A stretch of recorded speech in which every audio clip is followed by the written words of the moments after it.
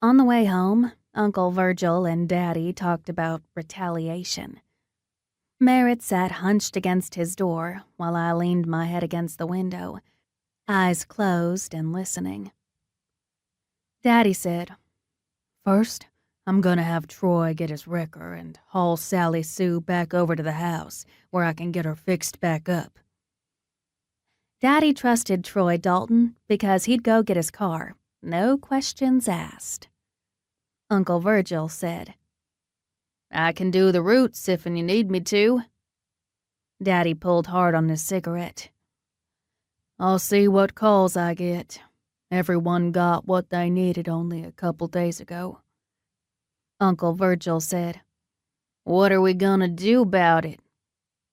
"I got to think on it, but you can bet I ain't gonna forget it." "Maybe I should try and find out where they got her steal." "It could be useful."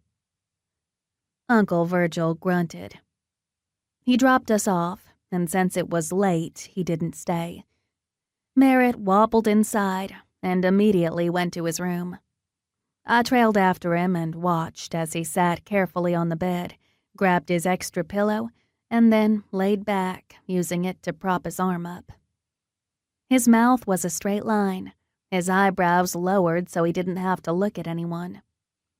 It was starting to dawn on him how hard it might be for the next few weeks. No ball games.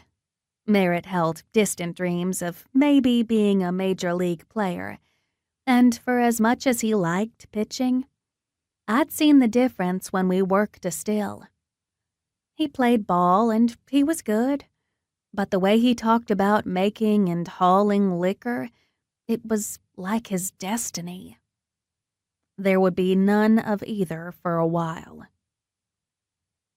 Daddy came into the room with a glass of water and set it on Merritt's nightstand.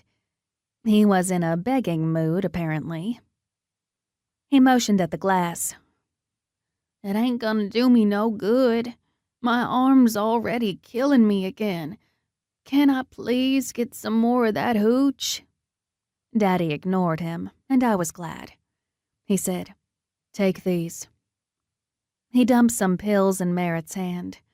Merritt gaped at his palm with disappointment, then took them. I hovered in the doorway, and when Daddy went by, he shook his head, warning me against saying anything I might have to say. It was empty, though, in more ways than one. What had happened to us fastened around me, like when I tightened my belt to keep my stomach from hurting. We could have all been killed, and no one would have found us for days. He went down the hall into his room and shut the door firmly, letting me know he was done for the night. It was just as well. I went into the kitchen. I didn't turn on the light as I reached for the refrigerator handle, the peace of the house reassuring me I was safe.